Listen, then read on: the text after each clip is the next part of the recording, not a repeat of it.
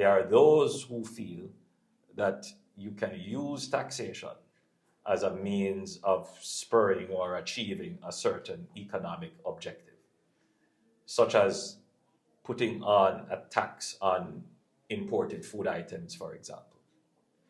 The challenge with that is that the people who are going to pay that tax are Jamaicans. The analogy was drawn that we have put on a tax on people who travel to Jamaica, and we have put it in a special fund called the TEF, or we have put on a special tax on incoming telephone calls, and we have put that in the Universal Access Fund. But you should ask yourself the question, who pays those taxes? Is it Jamaicans? No, these taxes in the TEF and in the Universal Access Fund are generally paid by foreign consumers. But if you were to put a tax on imported goods, who are the ultimate consumers of that imported good? It is the Jamaican people. So there is no real benefit in any way creating any new productive activity here by putting on a tax on imported goods. The real conversation about the expansion of productivity in agriculture is about how do we get greater technology integration into agriculture? How do we put better financing for agricultural projects? How do we build long-term supply contracts for agriculture?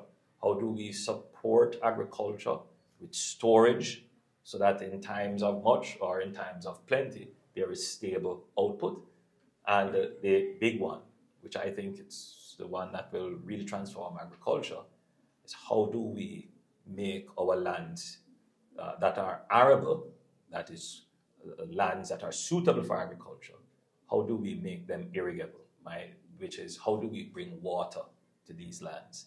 And we have two major projects that we are doing now to bring irrigation to almost 10,000 acres of agricultural lands. One project is the Pedro Plain project, which we have been speaking about as a country for over 50 years.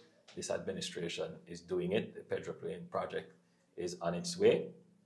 And we have some other projects going on to bring irrigation to agriculture. So the secret to growing the economy, to expanding revenues, to providing these kinds of social provisions in terms of social housing, it is not in more taxes, but in increasing productivity, innovation, the integration of technology, and just ensuring that we have a peaceful, productive, innovative society. And so with that, we will be able to give more services like these to persons like my friend here, Jason.